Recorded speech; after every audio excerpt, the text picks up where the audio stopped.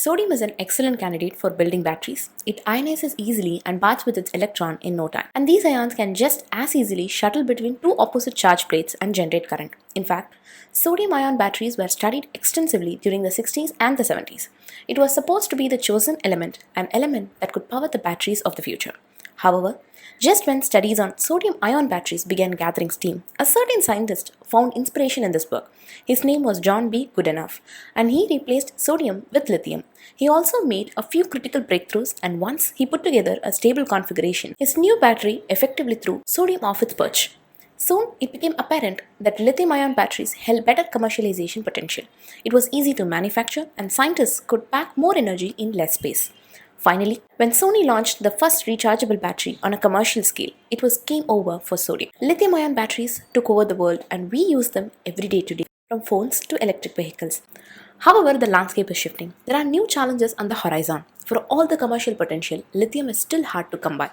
The metal is usually found in places where mining is near impossible, and it's becoming expensive to source the precious raw metal. What's worse, batteries can't work with lithium alone. The costliest component inside the lithium ion battery is the cathode, built using cobalt. And cobalt mining, oh boy, that's a different story altogether.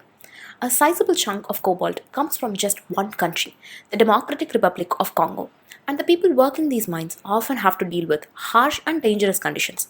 Death and injuries are commonplace here, so clearly there's a need for more sustainable alternatives, perhaps more inexpensive alternatives as well. And what metal do you turn to? Sodium once again. It's abundant, it's cheap, and the cathodes can be fashioned using more sustainable alternatives. It fits the bill. But since you can't pack these batteries with lots of energy, commercial applications are still rare. But that is changing. With a series of breakthroughs in material science and battery chemistry, the tide is turning once again. In 2021, one of the world's largest battery makers, Cattle, announced that they'll start placing sodium cells alongside lithium inside their battery packs. Another company, Blue Tea, announced that their first generation sodium ion batteries excel in fast charging applications and low temperature performance. And that finally brings us to the accusation. Sodium ion is at the cusp of a commercial breakthrough, and Faradion, a company based in the UK, is an early mover. Their website notes that the company holds 21 patent families, 8 granted, and for a company that employs just 16 full-time people, $135 million is a gargantuan sum. Reliance will also invest an additional $35 million to accelerate the commercialization of its products. And if things work out, imagine all that Reliance could do.